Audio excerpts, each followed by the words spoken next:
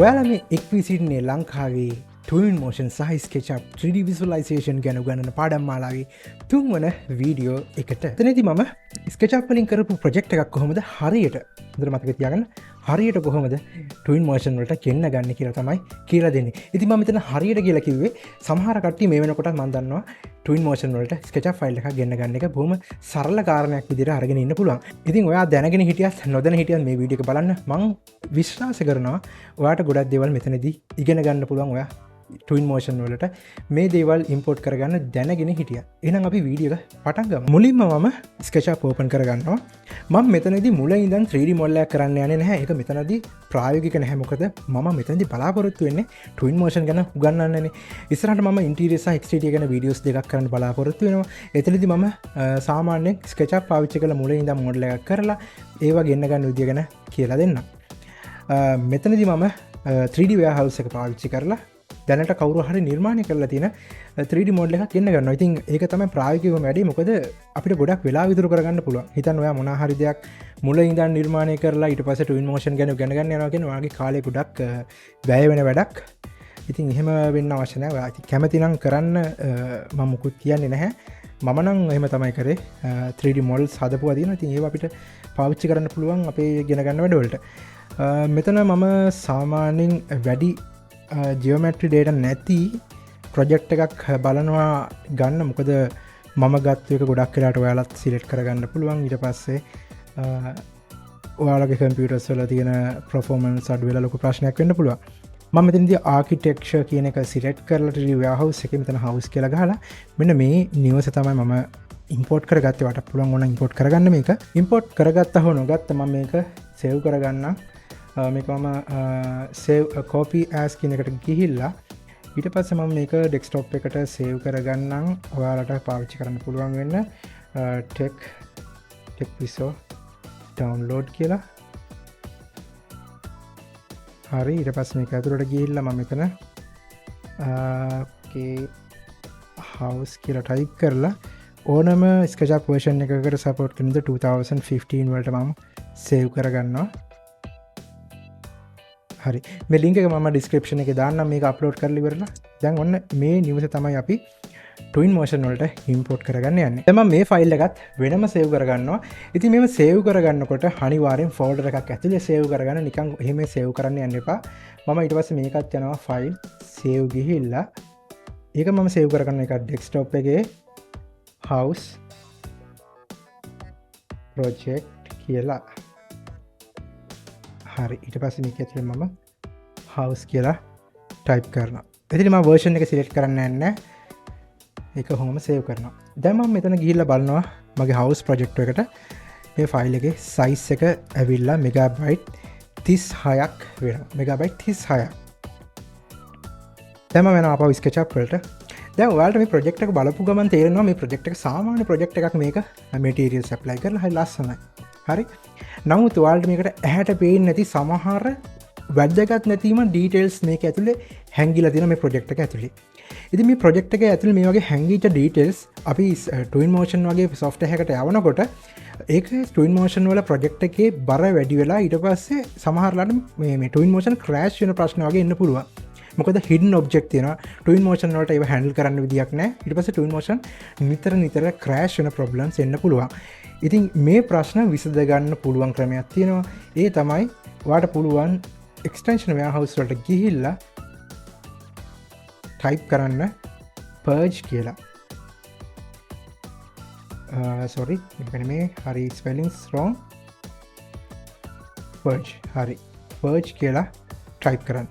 purge කියලා type කරලා පස්සේ මෙතන purge tool කියලා tool එකක් එනවා. මම හිතන්නේ සමහරට ඔයා first time එක දකින්න නැත්තේ මේ tool එකෙන් මොකද කරන්න කියලා මම ඔයාලට පෙන්නනවා. දැන් මම මේ tool එක මගේ SketchUp වලට මම install කරගෙන තියෙන්නේ. ඉතින් මේ tool එක ඔයාලට ගන්න පුළුවන් tools purge tool කියන එකට ගිහිල්ලා ඔයාලට බලා ගන්න පුළුවන්.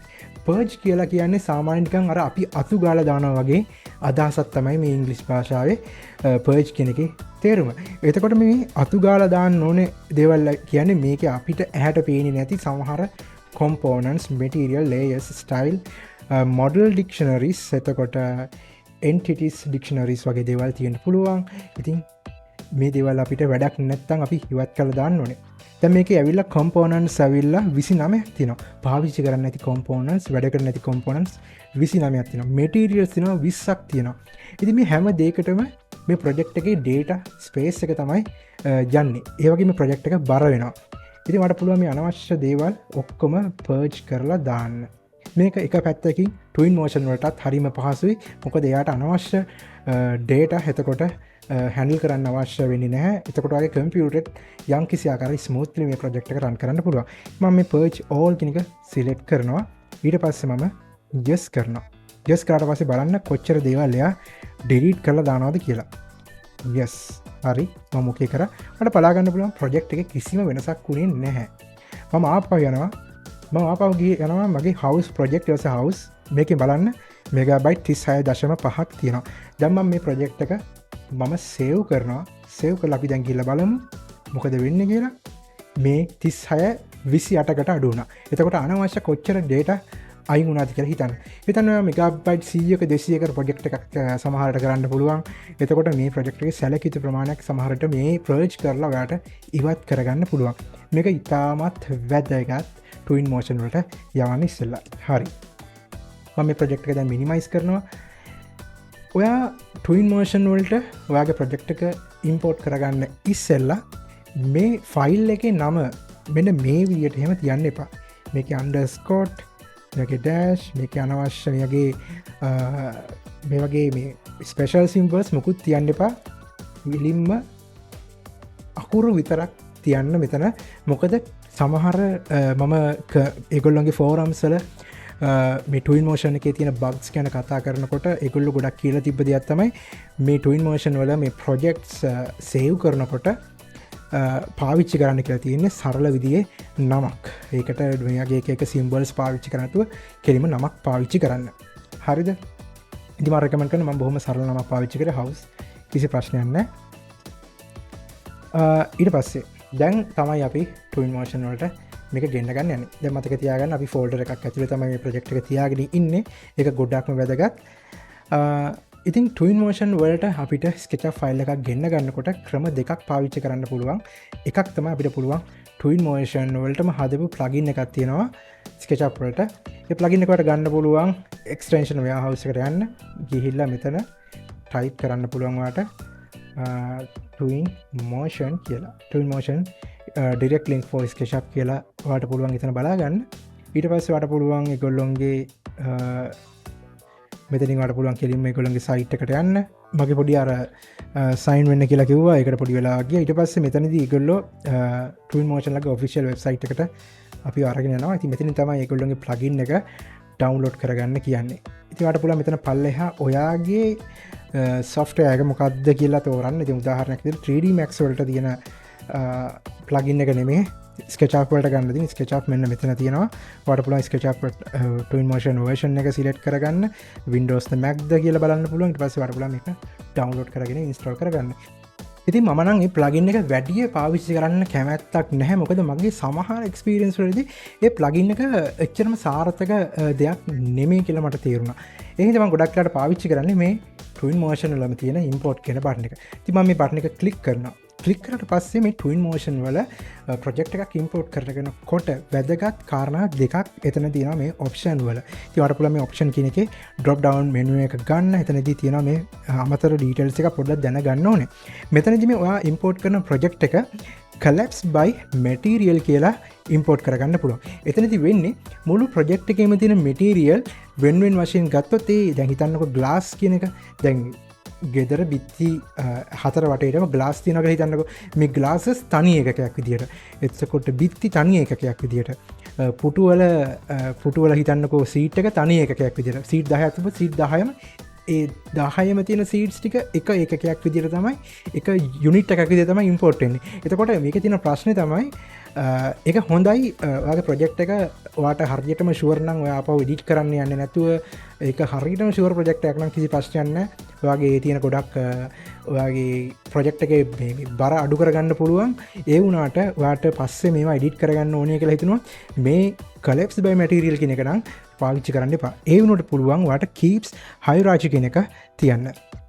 එහෙම නැත්තම් ඔයාගේ ප්‍රොජෙක්ට් එක ගොඩක් හෙවි නම් ඒ වගේම ඔයාට ලොකු කන්ෆිඩන්ස් එකක් තියෙනවා නම් ඔයාගේ ප්‍රොජෙක්ට් එක ආපහු වෙනස් කරන්න ඕනේ නැහැ මගේ ප්‍රොජෙක්ට් එක හරියටම හරි මේ ප්‍රොජෙක්ට් එක ආපහු වෙනස් කරන්න දෙයක් නැහැ කියලා ඔයාලට පුළුවන් කෙලින්ම collapse all කියන එක දෙන්න. එතකොට ඔයාගේ ප්‍රොජෙක්ට් එක ගොඩක් ස්මූත්ලි දුවන්න පුළුවන්. ඉතින් මම ඒක රෙකමන්ඩ් කරන්නේ ඔයා මොන හරි පස්සේ වෙනසක් කරන්න අවශ්‍ය වුණොත් ඔයාට හොඳම ඔප්ෂන් එක තමයි keep hierarchy කියන එක පාවිච්චි කරන්න. ඊට පස්සේ මේ දේවල් මම fix UI UVs texture කියන එක ඔහොමම දෙන්න. ඊට පස්සේ මම මේක ඕපන් කරගන්නවා මගේ අර ෆයිල් එක මං සේව් කරගත්තු ඩෙස්ක්ටොප් එකේ. මම යනවා house හරි ඊට පස්සේ මම මේක ඕකේ කරනවා. දැන් ඔන්න මගේ ප්‍රොජෙක්ට් එක මේකට ඉම්පෝර්ට් වෙනවා. ඔයාලට බලා ගන්න පුළුවන්.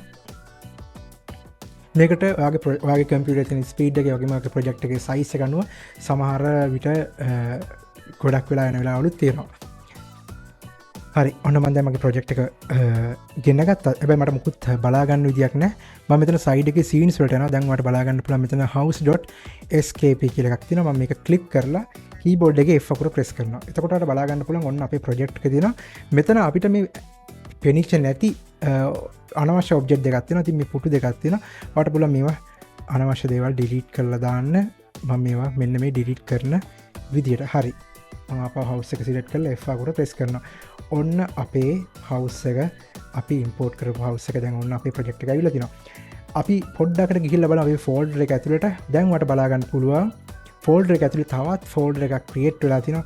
මේ folder එක ඇතුළේ දැන් ඔයාලට බලා ගන්න පුළුවන් අර import කරගත්තු house එකේ සෑම ටෙක්ස්ට් එකක්ම එයා කලෙක්ට් කරගෙන තියෙනවා එක ෆෝල්ඩර් එකක් ඇතුළට. ඒකයි මම කිව්වේ මේ SketchUp ප්‍රොජෙක්ට් එක සේව් කරනකොට වෙනම ෆෝල්ඩර් එක සේව් කරන්න මේ එහෙම සේව් කරන්න යන්න එපා. මොකද මේ ප්‍රොජෙක්ට් එකේදී සමහර ෆයිල්ස් එයා Twinmotion ක්‍රියේට් කරගන්නවා. දැන් ඔයා මේ ඉම්පෝර්ට් කරගත්තු පළවෙනි පාරම කරන්න ඕන දේ තමයි මේක ඉක්මනට සේව් කරගන්න. මොකද මගේ එක්ස්පීරියන්ස් තියෙනවා සමහරලාට Twinmotion හරිම පහසුවෙන් ක්‍රෑෂ් වෙන්න පුළුවන්.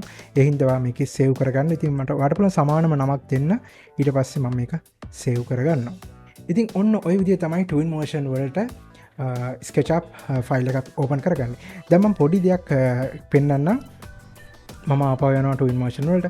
මම මෙන්න මේ මල් වාස් එකක් තියෙනවා. මල් වාස් එකක් කියන්න පුළුවන් හරි අපිට. මෙන්න මේ වාස් එක. හරි. මෙයාව මම අපි කමකෝ යාව කොපි කරලා මෙන්න මේ එලියට මං තියෙනවා එයාගේ කොපි එක. හරිද? දැන් මේක මේ වෙනස මට ගන්න ඕනේ කියලා හිතන්නකෝ මේ Twinmotion project එකට. මෙතෙන්ට මල් වාස් එක එන්න ඕනේ. ඔයාලට හරිම ලේසියෙන් දැන් ඒක වෙනස් කරගන්න පුළුවන්. ඉස්සෙල්ලා මේ ෆයිල් එක සේව් කරගන්න. ඊට පස්සේ ඔයාලට කරන්න තියෙන Twinmotion වලට ගිහිල්ලා මෙන්න මෙතන තියෙනවා නිකන් ඊතල දෙකක් එහෙම හැරෙනවා වගේ මේක සිංක් වෙනවා කියලා කියන අයිකන් එක මේක ක්ලික් කරන්න පුළුවන්. ක්ලික් කරාට පස්සේ ටික වෙලාවකට පස්සේ ඔයාලට බලන්න පුළුවන් ආපහු මෙයා එයාගේ components rebuild කරගන්නවා. ඊට පස්සේ මේකේ අවසානයට ඒ සිංක් වෙලා තියෙන details බලා ගන්න පුළුවන්. මෙන්න මේ විදිය තමයි Twinmotion වලට ඔයා සාර්ථකව දෙයක් import කරගෙන මොනවා හරි වෙනස්කමක් කරාට පස්සේ ඒවා ඔයාට බලා ගන්න පුළුවන්. ඔයාට බලන්න පුළුවන් මෙතන මේ අර දාගත්තු මේ ඒ මල්වාස් එක කියන්න පුළුවන්. ඒක මෙතන දැන් ඇවිල්ලා තියෙනවා. ඉතින් මං හිතනවා මේ වීඩියෝ එකෙන් ඔයාලා ගොඩක් ඒවා දැනගන්න ඇති. හරියට කොහොමද Twinmotion වලට SketchUp ෆයිල් එකක් import කරගන්න කියලා. ඔයා මගේ වීඩියෝස් වලට කැමති නම් මට පුළුවන් like එකක් දාන්න. ඒ වගේ මට මොනවා හරි දැනගන්න ඕන නම් ඔයාට මොනවා හරි කියන්න තියෙනවා නම් අනිවාර්යෙන් comment section එකේ comment එකක් දාන්න අමතක කරන්න එපා. ඒ වගේමයි ඔයාට ඉස්සරහටත් මේ වගේ වීඩියෝස් බලන්න ඕන නම් ඔයාට පුළුවන් මගේ channel එක subscribe කරලා මාත් එක්ක එකතු වෙන්න. එහෙනම් මම මේ වීඩියෝ එකෙන් සමු ගන්නවා. වීඩියෝ එක බලුවට ඔයාලට බොහොම ස්තුතියි. ජය වේවා.